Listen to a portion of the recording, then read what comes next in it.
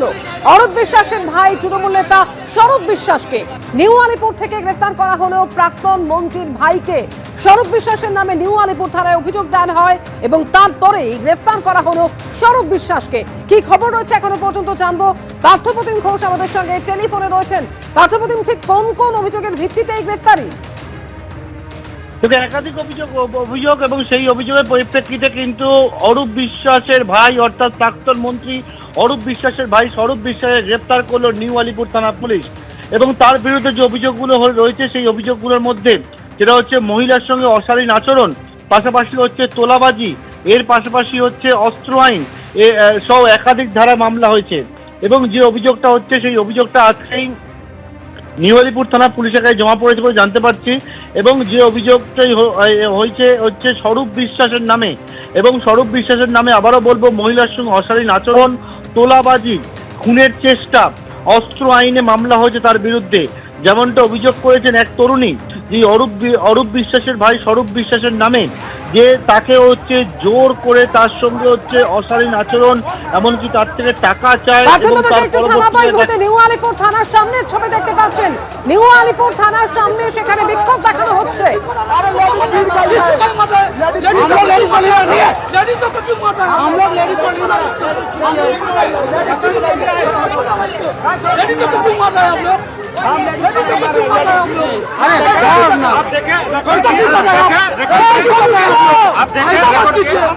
ऐसा मत कीजिए, नहीं ऐसा मत कीजिए, ऐसा मत कीजिए। गोली खाएगा, गोली खाएगा, गोली खाएगा।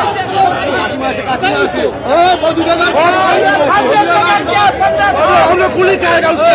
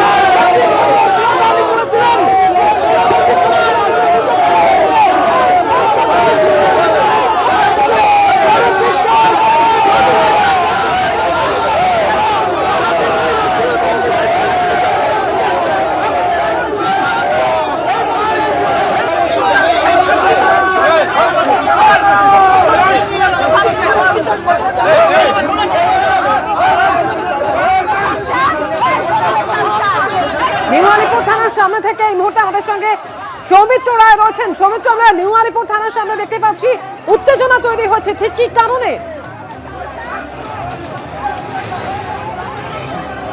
দেখো, এই মুহূর্তে নিউ আলিপুর থানার সামনে ব্যাপক উত্তেজনা তৈরি হয়েছে। তোমাকে বলে রাখি যে প্রাক্তন ক্রীড়ামন্ত্রী অরূপ বিশ্বাসের ভাই স্বরূপ বিশ্বাসকে আজ রাত 10টা নাগাদ অ্যারেস্ট করে নিউ আলিপুর থানা। যেটা অভিযোগ স্বরূপ বিশ্বাসের বিরুদ্ধে সেটা হচ্ছে এক মহিলা আজ নিউ আলিপুর থানায় অভিযোগ দায়ের করেন স্বরূপ বিশ্বাসের বিরুদ্ধে, যে মহিলার সঙ্গে অশালীন আচরণ এবং তোলাবাজির অভিযোগ। সেই কারণে এই অভিযোগ দায়ের করার পর নিউ আলিপুর থানার পুলিশ আধিকারিকরা ঘটনা তদন্তে নামার পর তথ্য প্রমাণ পেয়ে অরূপ বিশ্বাসের ভাই স্বরূপ বিশ্বাসকে অ্যারেস্ট করে নিয়ে আসে এই নিউ আলিপুর থানায়। কিছুক্ষণ আগে আমরা দেখতে পেয়েছি যে স্বরূপ বিশ্বাসকে থানা থেকে বার করে নিয়ে যাওয়া হয়েছে মেডিকেল করানোর জন্য। এবং যে মুহূর্ত থেকে স্বরূপ বিশ্বাসকে অ্যারেস্ট করে এই থানায় রাখা হয়েছিল, তারপর থেকে আমরা দেখেছি যে স্থানীয় যারা বাসিন্দা, সেই স্থানীয় বাসিন্দারা এখানে ভিড় জমাতে শুরু করেন এবং বিজেপি নেতারা এখানে কিন্তু ভিড় জমাতে শুরু করেন। তারপরে আমরা দেখতে পাই যে এখানে একজন ভদ্রলোক তিনি হাতে পুষ্পস্তবক নিয়ে আসেন এই থানার সামনে। এই নিউ আলিপুর থানার ওসিকে তিনি দেবেন, স্বরূপ বিশ্বাসকে অ্যারেস্ট করেছেন সেই কারণে। এবং সেই ভদ্রলোক এখানে আসার পরই আমরা দেখতে পাই যে স্থানীয় এখানে যারা বাসিন্দারা ছিলেন এবং বিজেপি নেতারা ছিলেন, তারা দাবি করেন যে সেই যুবক স্বরূপ বিশ্বাসের অনুগামী স্বরূপ বিশ্বাসের সঙ্গে তাকে থাকতে দেখা যায়। তিনি এই থানার সামনে কি করছেন, তারপরেই আমরা দেখতে পাই যে বিজেপি নেতারা সেই ভদ্রলোকের ওপরে চড়াও হন এবং তারপরই একেবারে ধুন্ধুমার পরিস্থিতি তৈরি হয় নিউ আলিপুর থানার সামনে। তুমি দেখো এই মুহূর্তে সিআরপিএফ জওয়ানরা একেবারে ঘিরে ফেলেছে এবং কিছুক্ষণ সৌমিত্র সেই ছবি আমরা দেখতে পাচ্ছি। ধুন্ধুমার পরিস্থিতি তৈরি হলো নিউ আলিপুর থানার সামনে। সঙ্গে থাকো আমাদের।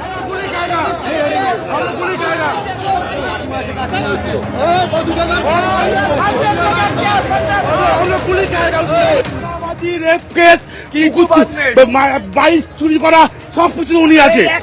উনি একমাত্র অভিষেক ব্যানার্জির সবচেয়ে ভালো কাছের লোক ছিল। ওর নিউ আলিপুরে অফিস আছে যে লিপসন বান বলে অফিসে, সেটা হচ্ছে বেয়ালার কাকু, উনি ওখানকার সুপারভাইজার ম্যানেজার। টালিগঞ্জের যে স্টুডিও পাড়া, ওখানে মেয়েদের নায়িকাদের বাজে প্রমোশন দিয়ে তাদের অত্যাচার করা, সে না চাইলে তাকে অন্য জায়গায় ফাঁসিয়ে দেওয়া, এসব করেছে। সবার পেটে ভাত মেরেছে। বিশ্বাস 2024 সালে আমাকে আমার ভাইকে মেরে আমার সামনে 4টে দাঁত ফেলে দেয়। আমার ভাইকে আমাকে সারারাত হসপিটালে ঘুরতে হয়, কেউ একটা এমসিও করে না হসপিটাল থেকে, ওনার নাম কেউ লিখবে না। পুলিশ প্রশাসন, পুলিশ আমাকে রাত্রিবেলা গিয়ে বলেছিল যে স্বরূপ বিশ্বাসের নাম বাদ দিয়ে আপনি যার খুশি নাম দিন, আমরা নাম লিখবো। তখন পুলিশ কিন্তু স্বরূপ বিশ্বাসের সহায়তায় ছিল, আমাদের সহায়তায় ছিল না। নিউ আলিপুর থানার সামনে ছবি আপনাদের সামনে রাখলাম।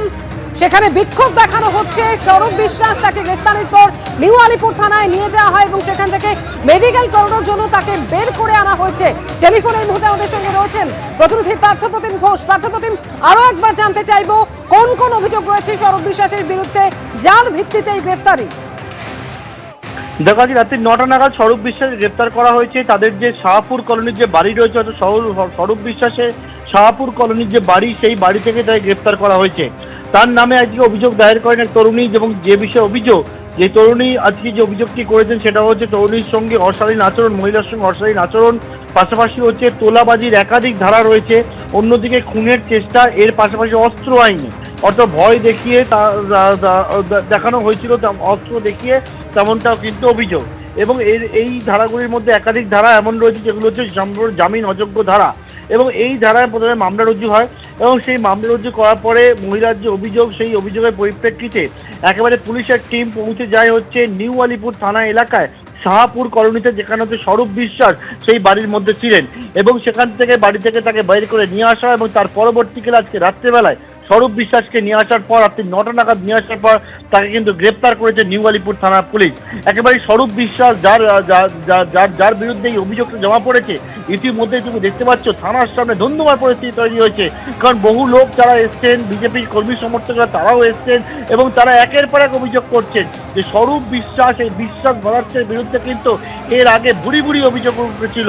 সেটা হচ্ছে টালিগঞ্জের স্টুডিও পাড়া থেকে শুরু করে বিভিন্ন জায়গায়, এমনকি এই টালিগঞ্জের স্টুডিও পাড়া যেখানে হচ্ছে 26খানা যে গিল্ড রয়েছে, সেই গিল্ডের মাথায় ছিলেন যিনি স্বরূপ বিশ্বাস, ফেডারেশনের মাথায় ছিলেন, সেখানেও কিন্তু অভিযোগ উঠেছিল স্বরূপ বিশ্বাসের বিরুদ্ধে। একের পর এক অভিযোগ উঠেছিল যে 26টা গিল্ডের মাথায় থাকা, ফেডারেশনের দায়িত্বে থাকা স্বরূপ বিশ্বাসের বিরুদ্ধে কিন্তু বিভিন্ন সময় নানা রকম স্টুডিও পাড়ায় কিন্তু একের পর এক অভিযোগ। সেটা হচ্ছে কখনো ব্যান্ড কালচার থেকে শুরু করে, কখনো হচ্ছে তো টাকা 9-6 একের পর এক অভিযোগ, সেটা নিয়েও ধুন্ধুমার পরিস্থিতি হয়েছিল। টালিগঞ্জের স্টুডিও পাড়া থেকে শুরু করে এখানে বিভিন্ন জায়গায়, এমনকি স্থানীয়রাও যে অভিযোগ করছেন, তারা নানা সময় কোনো কাজ করতে গেলে কিন্তু এই স্বরূপ বিশ্বাসকে তোলাবাজি বাবদ টাকা দিতে হতো, এবং সেই রকম অভিযোগকে কেন্দ্র করে একেবারে তারা আজকে নিউ আলিপুর থানার সামনে চলে এসেছেন। যখনই তারা জানতে পেরেছেন স্বরূপ বিশ্বাস গ্রেপ্তার হয়েছে, কেউ কেউ একবারে ডিম নিয়ে এসে দেখতে পাচ্ছি, কেউ কেউ চোর স্লোগান দিচ্ছে যখন স্বরূপ বিশ্বাসকে থানা থেকে বের করা হচ্ছে। এবং এই স্বরূপ বিশ্বাস এবং বিশ্বাস ব্রাদার্সের বিরুদ্ধে কিন্তু একের পর এক অভিযোগগুলো এর আগে বেশ কিছুদিন ধরে কিন্তু সামনে আসতে শুরু করেছিল। ইতিমধ্যেই তুমি দেখেছো যে অরূপ বিশ্বাস, তার নামে হচ্ছে মেসিকাণ্ডে তার নামে অভিযোগ দায়ের করা হয়েছে বিধাননগর সাউথ থানায়, তাকেও কিন্তু ডেকে পাঠানো হয়েছিল। তিনি আজকে যাওয়ার কথা থাকলেও তিনি আজকে থানায় হাজিরা দেননি। অন্যদিকে স্বরূপ বিশ্বাস, তার বিরুদ্ধে যে অভিযোগ, মহিলাকে সঙ্গে অশালীন আচরণ, মহিলাকে ভয় দেখানো, মহিলার তোলাবাজি, টাকা চাওয়া, পাশাপাশি হচ্ছে অস্ত্র আইনে মামলা। একেবারে দর্শকরা দেখতে পাচ্ছ ডিম নিয়ে তারা এসছেন থানার সামনে স্বরূপ বিশ্বাস গ্রেপ্তার করার পর। দর্শকরা যে ছবি দেখতে পাচ্ছেন, বর্তমানে একদিকে হচ্ছে থানার বাইরে হচ্ছে তুমুল বিক্ষোভ, কেন্দ্রীয় বাহিনীকে নিয়ে আসা হয়েছে, অন্যদিকে থানার ভেতরে স্বরূপ বিশ্বাসকে যখন গ্রেপ্তার করা হয়েছে এবং স্বরূপ বিশ্বাসকে যখন থানা থেকে বের করে পুলিশের গাড়িতে তোলা হচ্ছে, তুমি দেখতে পাচ্ছ সেখান থেকে সেই তাকে সময় medical- পরপর বিক্ষোভের ছবি পার্থ আমরা দেখতে পেলাম। সেই ছবি স্বরূপ বিশ্বাস তার বিরুদ্ধে আজকে ক্ষোভ উগরে দিচ্ছেন। দীর্ঘদিন ধরে তাদের অভিযোগ জমা ছিল এবং সেই ক্ষোভের বিস্ফোরণ ঘটছে আজকে নিউ আলিপুর থানার সামনে। তো ভালো ভালো কাজ করেছে স্বরূপ বিশ্বাস।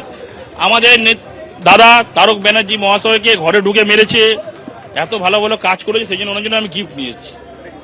ভালো টিম, নোংরা লোকের জন্য ভালো টিম, নোংরা লোক তো তার জন্য ভালো টিম এনেছি। খারাপ লোক যেরকম অভিষেক ব্যানার্জির উপর পড়েছিল, পচা টিম।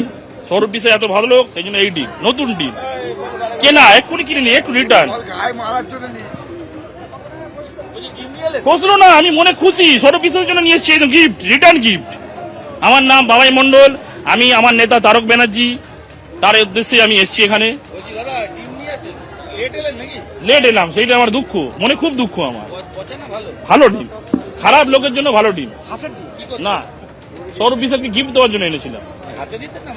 না, এটা তো আপনি ভালো করে জানেন, আমার এত ভাইরা আছে, ছুঁড়ে নাকে চোখে মুখে পড়তো কেন? তার কারণ আমাদের দলের লোকরা বলেছে কারোর গায়ে হাত দেবেন না, কাউকে মারবেন না, কোন টিএমসির লোককে কিছু করবেন না। তাই আমরা কি করে মারবো তো না, এইভাবে আমরা ডিম দিয়ে গিফট দিচ্ছি। স্বরূপ বিশ্বাস কেন সব নেতা খাবে এই জন্যই ডিম এর উপর এটা ওনার স্পেশাল গিফট। একটা ভালো ডিম দিয়ে মেরে আমরা একটা গিফট দিতে চাইতাম ওনাকে আজকে, যে অত জোরে না, ডিম দিয়ে লাগলে আপনারাও জানেন যে ফাটে না। যেটা অভিষেক ব্যানার্জি যেই নাটকটা করেছে, ফেটে গেছে, নিজে শোনাচ্ছেন খুলে পকেটে ঢুকিয়ে বলছে লোক এ করে দিয়েছে ওনারই লোকদের নিয়ে। এর জন্য এনে এই ডিমটা আমরা উপরে, এটা কম পড়লেও আমরা আরো বড় পেটি অলরেডি দোকানে বলা আছে, ওনাকে স্পেশাল ভাবে আমরা দিতে চাইছিলাম ডিমটা। ঠিক আছে, আমাদের এটা আজকে উদ্দেশ্য, কিন্তু আমরা লেট করে ফেললাম। ঠিক আছে, এটাই আমাদের অনেক কষ্ট লাগছে, আজকে আমরা লেট করে ফেললাম, ওনাকে দিতে পারলাম না আমরা। এবিপি আনন্দ, এগিয়ে থাকে, এগিয়ে রাখে।